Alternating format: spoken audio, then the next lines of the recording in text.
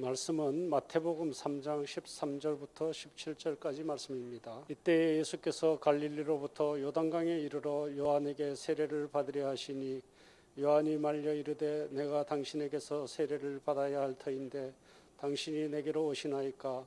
예수께서 대답하여 이르시되 이제 허락하라.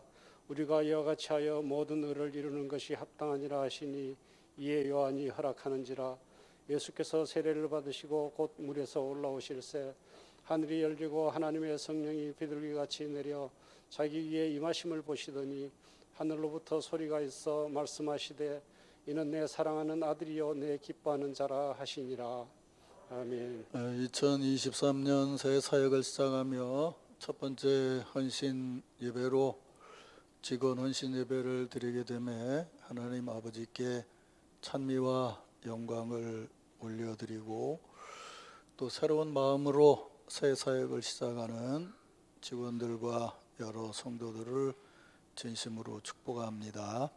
새해는 우리의 비전과 표대로 여러분 모두가 정말 아름답고 행복하게 주의 사역에 임해서 교회 안팎으로 하나님 원하시는 열매들이 더욱 풍성하게 맺어져서 하나님 아버지께 더 온전한 찬미와 영광을 올려드릴 수 있는 한 해가 되기를 주의 이름으로 축원합니다. 제가 신학대학에 이제 군대 갔다 와서 늦게 복학을 했는데 그 당시에 학생들에게 제일 존경을 받는 교수님 한 분이 계셨어요. 근데 이제 그분이 얘기 중에 이런 얘기를 해요. 신학생들은 늘 뒷주머니에 RSV, 그러니까 RSV는 성경 번역판 중에서 제일 언어에 가깝게 번역된 영어 성경이에요. RSV를 뒷주머니에 넣고 한쪽 주머니에는 노인들 표현인가 영어 콘사이스를 넣고 그렇게 두 개를 늘 넣고 다녀야 된다. 근데 그 말씀이 무슨 말씀이냐면 신학생 때부터 기도할 때에 목사로서 바르게 목회를 하려면 설교를 잘해야 되고 영어를 잘해야 된다. 그래서 영어 사전하고 성경하고를 꼭 뒷주머니에 넣고 다녀야 된다. 그렇게 말씀하셨어요. 그게 이제 저한테는 신선한 충격이어서 정말 설교를 잘하고 영어를 잘하려고 노력을 했어요. 난 설교를 잘하고 영어를 잘하면 목회를 잘할 줄 알았어. 근데 목회를 해보니까 설교를 잘하고 영어를 잘하는 것만 가지고 목회를 잘하는 게 아니더라고요. 물론 여기서 이제 목회를 잘한다는 것의 의미가 성공 개념이냐 뭐 여러 가지 개념은 있겠죠. 그래서 개척교회를 하고 부산에 와서 뭐 부도난 교회에서 목회를 하고 이렇게 겪으면서 제가 신학교 선생이 되어서 가르치면서는 제가 이런 말을 했어요. 내가 신학생 때는 나를 가르친 선생님이 이렇게 얘기를 했다. 한쪽 주머니에는 영어 성경을 넣고 한쪽 주머니에는 영어 사전을 넣고 다니면서 영어를 잘하고 설교를 잘하면 목회를 잘할 수 있다. 그렇게 가르쳤는데 나는 신학생들에게 그랬어요. 그것만 가지고 안 되고 정말 꼭 기도해야 될 게 있다. 그게 뭔 줄 아느냐? 좋은 직분자, 협조자를 만나게 해 주시옵소서. 그 기도를 신학생 때부터 해야 된다. 목회를 해보니까 뭐 신자들은 뭐 무슨 일이 있으면 목사님 책임이죠 그러지만 아니 생각해 보세요. 예를 들면은 신자가 150명 모이는데 목사가 한 명 있으면 151명 아니에요?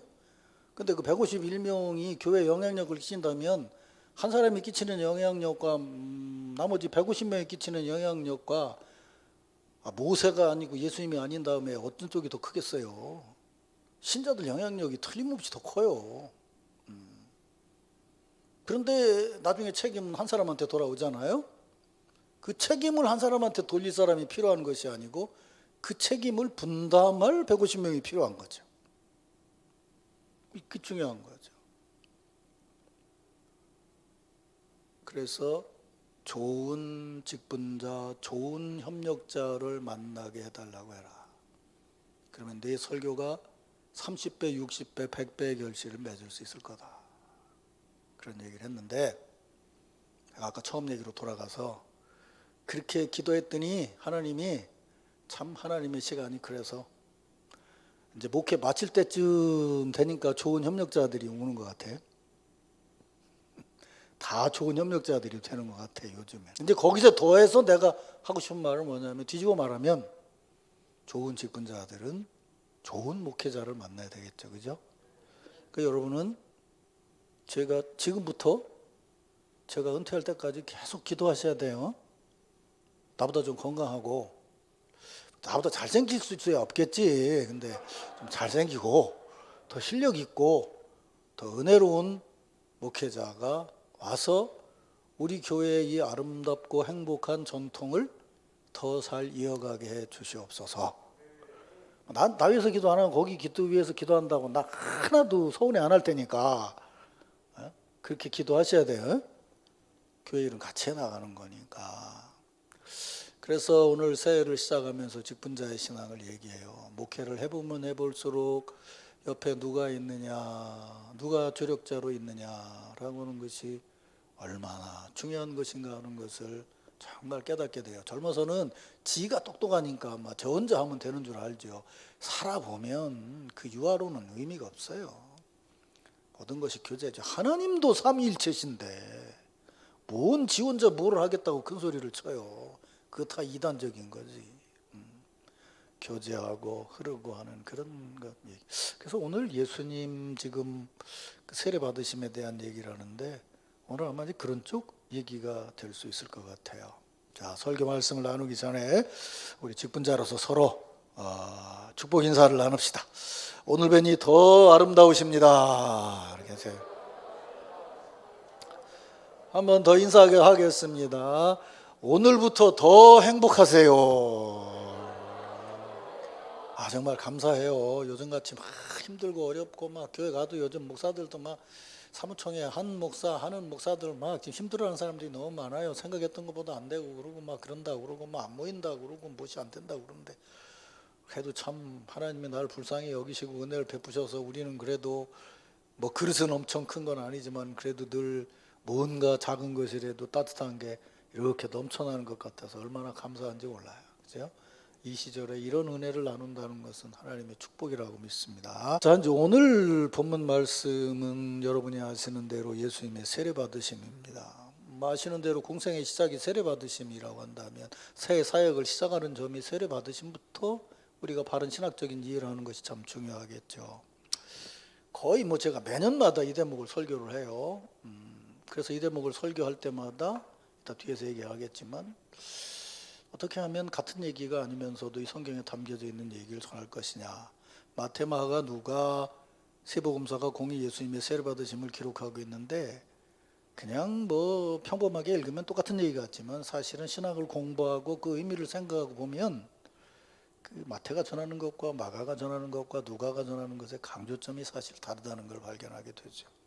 그래서 이제 오늘은 마태가 전하는 예수님의 세례 받으심의 이야기를 이제 본문으로 읽었어요. 우선 일단은 세례 요한에게 세례를 받았다고 그러니까 그 세례 요한의 그 세례에 대한 이해를 먼저 우리가 해야 되겠죠. 그건 우리가 복음서 처음 읽어보게 되면 세례 요한은 광야에서 외치는 자의 소리다 이런 얘기, 구약의 예언을 통해서 우리가 아는 대로 구약의 전통을 이어서 예언자적인 전통, 바른 신앙의 전통을 신약에 예수님 오심을 예비하는 사람이다. 그래서 구약의 예언자의 전통을 이어서 광야에서 생활을 하면서, 그 이제 이 얘기는 아시겠지만 왜 광야에서 하느냐? 그는 복잡한 도시 안에서는 얘기를 해도 그 세상의 소음 때문에 들리질 않는단 말이에요. 끄집어내야 돼요. 끄집어내서 없는 데서 소리를 질러야 그 소리가 들어갈 수 있다는 거죠. 그 예언자적인 전통이에요. 그래서 강력하게 하나님의 말씀을 선포했어요. 그런데 여러분 잘 아시는 것처럼 구약 성경을 읽어보게 되면 어떤 구약의 예언자도 세례를 베푼 사람은 없어요. 요게 이제 신약으로 넘어오는 계기가 되는 거예요. 그래서 세례 요한은 광야에서 강력하게 외쳤고, 들은 사람들이 왔을 때 그들이 들은 자들을 향해서 강력한 메시지와 더불어 세례를 베풀었죠. 그것이 마태복음 3장 1절 2절에 보면 그때 세례 요한이 이르러 유대 광야에서 전파하여 말하되 회개하라 천국이 가까웠느니라 하셨으니라고 하고 있고 5절 6절에 보면 이때에 예루살렘과 온 유대와 요단강 사방에서 다 그에게 나와 자기들의 죄를 자복하고 요단강에서 그에게 세례를 받았다라고 해서 세례 요한의 사역을 지금 이렇게 간단하게 정리를 하고 있죠. 근데 이렇게 회개를 선포하고 회개의 세례를 베푸는 자리에 예수님께서 오셨다는 거예요. 근데 오늘 본문 13절에 보면 이때 세례를 베풀 때 예수께서 갈릴리로부터 요단강에 이르러 요한에게 세례를 받으러 하셨다는 거예요. 그런데 마태복음의 설명대로 하면 여러분이 아시는 대로 예수님은 하나님의 아들로 세례 요한에게 세례를 받을 분이 아니셨어요. 요한 자신이 14절에서 그렇게 말하잖아요. 요한은 내가 당신에게서 세례를 받아야 할 터인데 당신이 내게로 오시나이까? 라고 말하고 있어요. 그런 예수께서 지금 세례 요한에게 세례를 받으셨다는 거예요. 요한의 선포를 듣고 자기의 죄를 깨닫고 유대 백성들이 죄사함 회개하고 죄사함을 받기 위해서 세례 요한에게 세례를 받았는데 죄 없으신 분, 오히려 요한에게 세례를 베풀어야 될 분이 지금 요한에게 와서 세례를 받으셨다는 거예요. 그럼 물음이 생기죠. 왜 요한에게 와서 세례를 받으셨느냐? 전체적인 마태마가 누가 모든 복음서를 보고 성서학자들은 한마디로 정리를 해서 말하길 이렇게 말해요. 예수님은 죄가 있으셔서 세례를 받으러 오신 것이 아니고 그분의 공생애를 시작하는 예식으로 시작의 예식으로 세례 요한에게 세례를 받으셨다. 이것이 세례 요한에게 세례를 받으심의 어떤 의미다. 그래서 그 새로운 의미를 표현해 주는 상징적인 것이 17절에 보면 하늘로부터 소리가 있어 말하되 이는 내 사랑하는 아들이요 내가 기뻐하는 자로다. 이 얘기를 잘 들어보면 또 다른 테마겠지만 세례를 받아서 새 사람으로 태어나는 것이 세례 현장이었다면 예수님은 밑에서부터가 아니라 정말 하늘로부터 하나님의 아들이시고 새로운 역사를 하나님이 원하시는 역사를 시작하실 분이라고 하는 사역에 대한 긍정적인 선언이다. 이렇게 말할 수가 있겠죠. 이것이 이제 이 대목에 담겨져 있는 신학적인 의미예요. 이해되시죠? 이거 이해하면은 신학교 한 2학년쯤은 다닌 거예요. 조직신학에 이제 공부하는 거니까. 자, 그러면 이제 우리는 이렇게 놓고 이건 신학적인 의미라고 한다면 이 대목이 우리가 신학적으로 읽는 게 아니라 신앙적으로 읽어야 된다면 여기서 마태를 통해서 전해주시려고 하는 것이 무엇이겠는가? 이 큰 신학적인 흐름 안에 담겨 있는 것 중에서 우리가 깨달아야 될, 마태가 전하는 것 중에서 깨달아야 될 것이 무엇인가? 이걸 이제 생각을 해봐야 돼요. 이 예수님 세례 장면의 기사를 마태, 마가, 누가복음을 이렇게 같이 놓고 읽어보면 다 조금씩 달라요. 근데 마태만 전하는 내용이 있어요. 이 대목에. 거기 15절에 보면 이런 말이 나와요. 예수께서 대답하여 이르시되 이제 허락하라. 우리가 이와 같이 하여 모든 의를 이루는 것이 합당하니라 하시니 이에 요한이 허락한지라. 요 말씀은 마태복음에만 기록이 되어 있어요. 근데 이 말씀이 마태복음에만 기록이 되어 있기 때문에 중요한 거예요. 왜냐하면 우리는 예수께서 첫 번 하신 말씀이 회개하라 천국이 가까웠느니라 라고 선포하신 것으로 의미상 기억하고 있는데 그보다 먼저 하신 말씀이 이거라는 거예요. 세례를 받기에 앞서서 지금 그러니까 시험을 이기시고 사역을 시작하실 때 하신 말씀보다 더 먼저 하신 말씀이 뭐냐면 우리가 이와 같이 하여 모든 의를 이루는 것이 합당하다고 말씀하셨다는 거예요. 이 말씀이 그냥 읽으면 뭐 그냥 넘어가는 건 얘기 같지만 사실은 굉장히 중요한 대목의 말씀이에요. 이 대목이요. 그걸 이제 말씀을 드릴게요. 자, 예수님이 앞에 말씀드린 것처럼 그런 어떤 의미의 장에서 지금 세례 요한에게 세례를 받는 것이 뭐냐면 모든 의를 이루는 것으로 합당한 것이다 라고 말씀하셨다는 거예요. 이게 무슨 말이냐 말이에요. 이게 지금 세례 요한이 유대 백성들에게 회개의 세례를 베푸는 것은 분명히 하나님의 의를 선언하는 것이고 합당한 것이다. 예스예요. 그런데 지금 예수님에게 세례를 베푸는, 나한테 세례를 베풀어라, 이게 합당한 일이고 이게 하나님의 의를 이루시는 일이라고 예수님이 말씀하셨다는 거예요. 이 도대체 무슨 의미가 있어서 이런 말씀을 하셨느냐는 거죠. 이 대목에서 우리가 이 뜻을 이해하기 위해서 중요하게 봐야 되는 건, 다시 보세요. 이와 같이 하여, 우리가 이와 같이 하여 모든 의를 이루는 것이 합당하니라 라고 말했다는 거예요.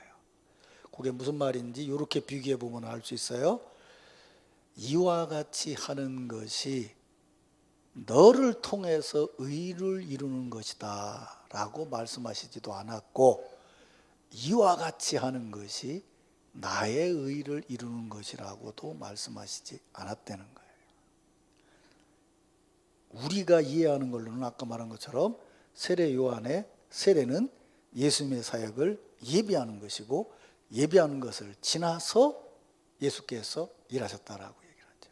근데 여러분, 요즘 맨날 난 목사면서 의심이 많은가 봐. 여러분한테도 그런 거 혹시 의심 안 해봤어요? 그러는데, 아니 여러분, 그 시편이나 혹은 이사야의 글을 읽어보면 이런 대목 나오잖아요. 뭐 광야에 사막에 길을 내리라, 뭐 이런 말 나오죠, 그죠? 그 길 예수님이 내는 거요, 아니면 예수님보다 먼저 온 사람이 내는 거요? 성경에 뭐라고 써 있어? 내가 그 길을 메시아가 올 길을 예비하라 이러잖아, 그지?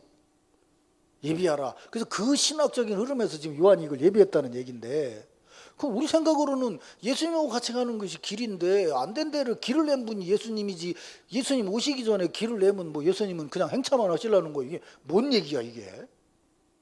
우리 이해로는 예수님이 오셔서 우리 죄를 사해 주셨으니까 예수님이 새 길을 내신 분인데 믿습니까? 그런데 그 전에 구약에는 뭐래요?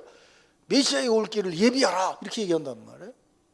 그래서 그걸 지금 신학적으로 얘기해서 여기는 요한이고 여기는 여기라 얘기하는 거예요. 그럼 그게 구분되는 거냐고요. 메시아가 내는 길과 메시아가 오실 길을 예비하는 것이 다른 거냐 그 말이에요. 현실 눈에 보이는 것은 다른 것이지만, 예수님이 오시는 길을 예비하는 것도 주의 능력으로 일하는 거지만 주님이 일하는 것이고 사역자가 일하는 것이고, 주님이 오셔서 일하는 것도 하나님이 일하시는 것이고 이러니까 제가 말씀드리잖아요. 우리는 어제가 있고 오늘이 있지만 알파와 오메가이신 하나님의 은혜는 우리 생각과 다른 거예요. 이걸 깨달아야 신앙의 진리가 깨달아져요. 그러니까 길을 예비하는 거는 예비하는 자의 예비함이지만 그건 이미 하나님의 역사하심이죠. 믿습니까 여러분? 그 위에 같이 역사하는 거죠. 또 말하자면 이건 거예요. 지금 예수님이 세례를 받으실 때 네가 세례 베푸는 자리에 내가 와서 받으면 네가 영광이 나타나냐, 내가 영광이 나타나냐, 네가 하나님의 의를 나타내는 거냐, 내가 하나님의 의를 나타내는 거냐고 보시지 아니하고 세례 받는 자리에 와서 우리가 이와 같이 하여 모든 의를 이루는 것이 합당하니라. 여기서 아멘 나오면 수준 있는 신자예요. 바로 그거예요. 그러니까 예수님의 사역은 세례 요한의 사역의 뒤를 이어서 한다는 건 우리 짧은 식견의 생각이고, 이미 세례 요한의 사역을 통해서 하나님의 역사하심이 시작되고 있기 때문에 예수님의 그 사역은 이걸 단절시키고 넌 여기서 끝나고 넌 여기서 없어져라, 여기서 내가 시작하겠다, 그렇게 하시지 않았다는 거예요. 이분이 세례 요한이 일하고 있는 것을 존중하며 그 사역 안에 포함이 되면서 이내 끊어지지 않고 자기의 사역을 이어갈 수 있었다는 거예요. 만일 말이죠, 어떤 사람이 새로 직분을 받은 다음에 이렇게 보니까 말이에요, 뭐 우리 교회는 뭐 그런 분이 없지만, 예를 들어서 내가 장로 직분을 받았어요. 장로 직분 받기 전에는 그랬는데 받고 나서 보니까 선임 장로들이 전혀 아닌 것 같아. 그래서 내가 장로가 됐으니까 좀 멋지게 한번 해봐야 되겠다라고 생각하면 꽝이야. 교회 70년 역사가 진행되어 오는데 구비마다 같냐고요? 달라요. 다 기회가 다르고 시간이 다르고 달라요. 그때 하나님 필요한 일꾼을 세우셔요. 각자 다르지만 그 모든 곳에 하나님이 역사하시는 거예요. 그러니까 철안 들으면 그렇잖아. 어머니 왜 날 낳으셨나요? 까불고 앉았네. 어휴, 네가 한번 놔봐라. 얼마나 힘든가. 그런 게 아니에요. 뭐 모르니까 아이고 뭐 이걸 뭐 하셨나요? 뭐 또 이러죠. 살아봐요. 그게 얼마나 힘든 일인지. 그게 하나님의 은혜를 제대로 깨달은 사람이 바로 그런 지금 얘기를 하는 거예요. 무슨 일을 내가 시작하든지 그 일은 우리의 일이라는 거예요. 우리의 일 가운데 일어나고 있다는 것이죠. 새 사역을 시작하면서 우리가 이와 같이 하여 모든 의를 이루는 것이 합당하니라. 이것이 사역을 시작하는 예수님의 마음이었다는 거예요. 그게 직분자의 신앙이에요. 이런 은혜와 축복이 함께하기를 주의 이름으로 축원합니다. 근데 이제 이런 마음가짐은 마음으로만 끝나는 게 아니에요. 실제 작은 손발의 움직임으로 이루어져야 되는 거죠. 잘 보세요. 13절 14절. 이때 예수께서 갈릴리로부터 요단강에 이르렀고 요한에게 세례를 받으러 하셨다라고 기록이 되어 있죠. 그런데 재미있는 것은 뭐냐 하면요. 세례 요한이 세례받는 것을 설명할 때 아까 제가 읽었어요. 마태복음 3장 1절 2절에서 보면 세례 요한이 유대 광야에서 전파할 때 예루살렘과 유다와 요단강 사방에서 사람들이 왔다고 했어요. 그러니까 세례 요한이 세례를 전파한 것은 예루살렘에서 가까운 유대 광야에서 선포를 했어요. 그랬더니 예루살렘과 유다 지방에 살고 있는 귀족들이 왔어요. 그런데 예수님은 거기 사신 게 아니에요. 갈릴리 위에서 사셨어요. 갈릴리에서 요단강까지 오셨다는 거예요. 그럼 여기서 또 의문이 생겨요. 왜냐하면 예수님이 세례 받으신 다음에 사역을 시작한 것이 뭐냐면 신학자들이 말하는 것이 1차 사역은 갈릴리 사역이거든요. 그 다음에 유다 사역이라고요. 갈릴리에서부터 사역을 시작하셨어요. 그러면 하나님의 아들이신 분이 그냥 거기서 사역을 하시면 되지. 아니 뭐 하러 여기까지 와가지고 세례 요한에게 세례를 받고서 다시 했다고 그것을 해야 되느냐 그 말이에요. 그래서 갈릴리에서 요단강까지 내려오시고 거기다가 세례 요한 앞에서 무릎을 꿇고 그가 물의 흔대로 세례를 받는 그런 행동을 보이시면서 사역을 시작하신 것이 뭐냐는 거죠. 아까 앞에서 말씀드린 것인데 이것을 어거스틴이 말한 그 우리 인간의 성향과 신앙의 구조로 말한다면 이런 거예요. 이걸 잘 기억하세요. 그것은 뭐냐 하면 바로 방향성이라는 거예요. 지향과 방향성. 하나님이 인간을 만드실 때 품으셨던 근본적인 생각, 천지를 창조하시면서 가졌던 근본적인 생각은 뭐냐면 인간을 향한 사랑이에요. 예수 그리스도를 보내신 것도 인간을 위한 사랑의 방향으로 행동하심이에요. 예수께서 오셔서 사역을 시작하실 때에 인간들을 위해서 우리가 아는 것처럼 십자가에 달려 죽으시기까지 그분이 걸어오신 길은 늘 인간을 향한 방향이었어요. 하나님이신 그분이 인간에게 복종하는 쪽으로 움직여 오셨다는 거예요. 그래서 갈릴리에서 들어왔어요. 유다 광야로 왔어요. 하나님의 아들이 세례 요한에게 무릎을 꿇었어요. 그리고 자기가 그들의 죄를 위해 죽을 자들에게 십자가를 당해서 죽으시기까지 하셨다는 거예요. 방향성이에요. 근데 그 방향성을 달리 말하면 뭐냐면 무게예요. 무게. 이게 무슨 말이냐면 여기 물이 있잖아요. 물을 이렇게 한번 부어보세요. 그럼 물은 어디로 흘러요? 낮은 곳으로 가서 흘러 보이죠. 어디다 부어도 낮은 곳을 향해서 가죠. 방향성과 무게라는 거예요. 무게가 속하는 곳이 있다는 거죠. 신앙을 한번 생각을 해보세요. 내가 지금 무엇을 하든지 간에 하나님은 우리를 위해서 낮은 세상에 오심으로 사랑을 실천하셨어요. 그래서 그분의 방향성과 무게중심은 전부 낮은 곳을 향하고 있어요. 낮았더니 하나님께서 올려주셨다는 거예요. 그러면 그분의 뒤를 따라가는 직분자의 삶은 뭐가 되어야 되냐면 그런 방향을 향하고 있고 그런 방향으로 무게가 흘러내려가고 있어야 된다는 거예요. 믿습니까, 여러분? 굉장히 중요한 거예요. 이번 주간에 진짜 일이 많았어요. 월요일부터 막 계속해서 막 하는데 중간에 수요일 날 강사인 김성호 목사를 만나고 나서 그 전에 하여튼 신년 할애 때부터 난 농담으로 나는 아침에 예수님이 새벽에 오면 난 예수님도 못 만난다고 하는데 힘들어가지고 그런데 새벽에 나왔더니 몸이 아파서 도저히 안 되겠어요. 그래서 좀 쉬었다가 와서 이제 신년 할애회도 했는데 계속 안 좋더라고요. 그래서 수요일날 김성호 목사를 만나서 얘기를 하고 도저히 안 되겠어요. 나 집에 가서 좀 쉬었다 오겠다. 그리고 집에 갔는데 못 일어나겠더라고요. 그래서 이제 집에서 이렇게 듣고 그리고 이제 그 다음날 아침에 점심 식사를 같이 하기로 했는데 못 나가겠어요. 그래서 우리 집으로 오라고 그래서 집에서 같이 밥 먹고 나는 누워 있고 그 친구는 앉아서 한참 얘기하다 갔어요. 그런데 그렇게 지나면서도 계속 내 머릿속에 있는 건 뭐냐면 이번 주 설교요. 이번 주 설교. 본문을 봤어요. 이 얘기요. 오늘 오전에 읽은 이 얘기요. 옛날 설교를 다 찾아봤죠. 거짓말 안 하고 금요일날 주보를 해달라고 그러는데 이 설교를 쓰면서 옛날 설교를 갖다가 그대로 옮겨서 날짜만 바꿔놨어요. 읽으니까 안 되겠어요. 또 다른 걸 찾아서 또 다시 붙였어요. 또 안 되겠어요. 그래서 아파 죽겠는데 기침해 가면서 누가 기침하다가 뭐 갈비뼈 부러졌다더니 내가 기침하다가 지금 여기 갈비가 아파가지고 그래서 우리 집사람이 오늘 그러더라고요. 그래도 예배 시간에 기침을 안 해서 다행이라고.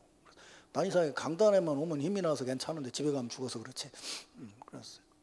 근데 설교 준비하고 있으면 우리 집사람이 나타나면 내가 그래요. 사탄아 물러가라. 네가 오면 내가 정신이 헷갈린다. 그런데 설교 준비하는데 몇 번을 문을 열고 봐요. 저 인간이 살았나 죽었나 보느라 그러는 거예요. 그냥 넘어가지지를 않아요. 지금 내가 생각하고 있는 뭔가 이 대목에서 뭘 전해야 된다라는 것이 있는데 그걸 정리해서 컴퓨터로 치려면 몇 시간을 정리하고 또 성격이 지랄 같아서 토시까지 다 바꿔가면서 써야 되는데 그게 한두 시간에 되냐고요. 앉았다 일어났다 누웠다 해야 된다고요. 그게 뭔지 아세요? 방향성이고 무게감인 거예요. 글이 흘러가는 무게라고요. 누가 그래, 목사님 좀 되면 그냥 대충 설교하시면 되지 않습니까? 할 수 있죠. 근데 그게 안 된다니까요. 왜? 내 삶의 무게가 그렇게 돼 있으니까. 그 신앙 직분자들이 뭐냐고. 여러분 직분 요번에 처음 직분 받은 사람도 있지만 1년 직분을 받고 2년 직분을 받고 3년 직분을 받으면 직분의 무게가 더 무거워진다 그러면 이거 쏟으면요 틀림없이 낮은 곳으로 내려가야 돼요. 물 한두 방울 쏟았을 때는 거기 그냥 말라붙을 수도 있지만 직분이 쌓아지고 뭔가 경륜이 쌓아지면 바켓으로 쏟아 부어보세요. 그게 낮은 곳으로 내려가지 않겠냐고요. 그거예요. 신앙은 바로 그런 거라고요. 그래서 신앙의 경륜이 중요한 것이고 신앙의 헌신이 중요한 것이에요. 여러분 새해 사역을 시작하면서 예수님이 우리의 삶의 중심이라고 그런다면 그분의 첫 삶을 한번 생각을 해보세요. 어느 정도까지 낮아지셨어요? 물속에 들어가기까지 낮아지셨죠. 십자가에 달려 죽으시기까지 낮아지셨죠. 방향성과 무게감이에요. 하나님의 은혜를 받고 하나님의 은혜를 나누는 방향이 내가 서 있는 방향이다. 그리고 그렇게 서 있으면 나는 떼굴떼굴 굴러서 거기로 내려갈 수밖에 없는 거예요. 잠시 시련이라는 것이 나를 막을 수는 있겠죠. 그러나 여전히 무게가 무거워지면 글이 내려갈 수밖에 없는 거예요. 그게 바로 신앙의 역사인 거예요. 그래서 어거스틴은 인간에 대한 이해를 얘기하면서 그 무게라는 것을 굉장히 중요하게 생각해요. 무게라고. 내 삶의 무게가 어디에 지금 쏠려 있냐는 거죠. 삶의 무게가. 우리는 예수 그리스도의 은혜를 받은 자로서 그리스도께서 일하시는 자리에 우리의 삶의 무게가 집중되어져 있어야 함을 믿으시기를 바랍니다. 설교를 마무리하겠습니다. 17절에 보면 이렇게 나오죠. 하늘로부터 소리가 있어 말하되 이는 내 사랑하는 아들이요 내 기뻐하는 자라 하시니라 그랬어요. 이 대목도 참 묘하게 써 있죠. 하늘로부터 소리가 나는데 이는 그랬어요. 이는 내 사랑하는 아들이요 내 기뻐하는 자다. 예수님만 말씀하는 것이 아니라는 거죠. 그 후에 그런 직분을 받은 모든 이들에게 주님께서 선포하시는 거라는 것이죠. 오늘 직분자의 헌신 예배를 드리며 하늘로부터 이런 음성을 들으시기를 주의 이름으로 축원합니다. 여러분의 무게중심이 예수 그리스도와 함께 내려가고 있다면 주님께서는 여러분에게 지금 말씀하실 거예요. 너는 내 사랑하는 아들이요 내 기뻐하는 자다. 이것 이상의 중요한 선포가 없죠. 왜요? 우리는 우리 능력으로 일하는 것이 아니니까. 하나님의 선언하심이 가장 소중한 것이니까. 새 사역에 임하면서 여러분 제가 오늘 말씀드린 게 두 가지예요. 내가 무슨 특별한 사람이라서 나로부터 뭐가 시작된다 그러면은 그건 잘못된 거예요. 그래서 그거를 근래에 깨달아서 교회를 새로 세우면 옛날에는 교회 창립이라고 그랬어요. 요새는 뭐라고 얘기했냐? 설립 그렇게 얘기를 해요. 무슨 차이인지 아세요? 새롭게 시작하는 건지 교회 전통 안에서 하나가 더 세워지는 건지의 차이예요. 만약 새롭게 세워졌다 그러면 교파적이고 교단적인 평가를 해야 돼요. 이단인지 아닌지 그렇잖아요. 그래서 지금은 뭐라고 했냐면 설립이라고 얘기를 하는 거예요. 우리 교단은 자생교단입니다 이렇게 강조를 했는데 아니 자생은 뭘 자생이요. 예수님이 나았으니까 나았지. 우리가 자생했으면 잘못하면 이단 되게 그게 아니죠. 주님의 은혜 안에서 우리들이 교단을 시작했지만 자생은 아니. 지가 저를 낳았어? 예수님이 우리를 낳아주셨지. 그런 얘기를 못하게 하는 거예요 지금. 은혜의 전통 안에 있어야 된다는 것이죠. 여러분 새 사역을 시작하며 이미 시작된 우리 남천교회 공동체에 있는 은혜의 그 연장선 안에 우리가 있다. 우리는 연장선이지만 알파 오메가이신 하나님께서 볼 때는 늘 같은 은혜의 자리예요. 그리고 우리의 자리는 주님과 동행하는 것이 되어져야 돼요. 그분은 방향이 분명했고 무게중심이 분명했던 분이에요. 낮은 곳, 우리가 있는 곳으로 내려왔어요. 근데 우리는 늘 말로는 낮은 곳으로 간다 하면서 거기서 어떻게든지 조금 좀 높은 곳에 가서 서보고 싶어 그러려고 애를 쓴단 말이에요. 어리석은 짓인 거죠. 우리가 낮아졌더니 주께서 우리를 높이셨느니라. 내 사랑하는 자요 기뻐하는 자다. 이 말씀이 여러분에게 은혜가 되기를 주의 이름으로 축원합니다.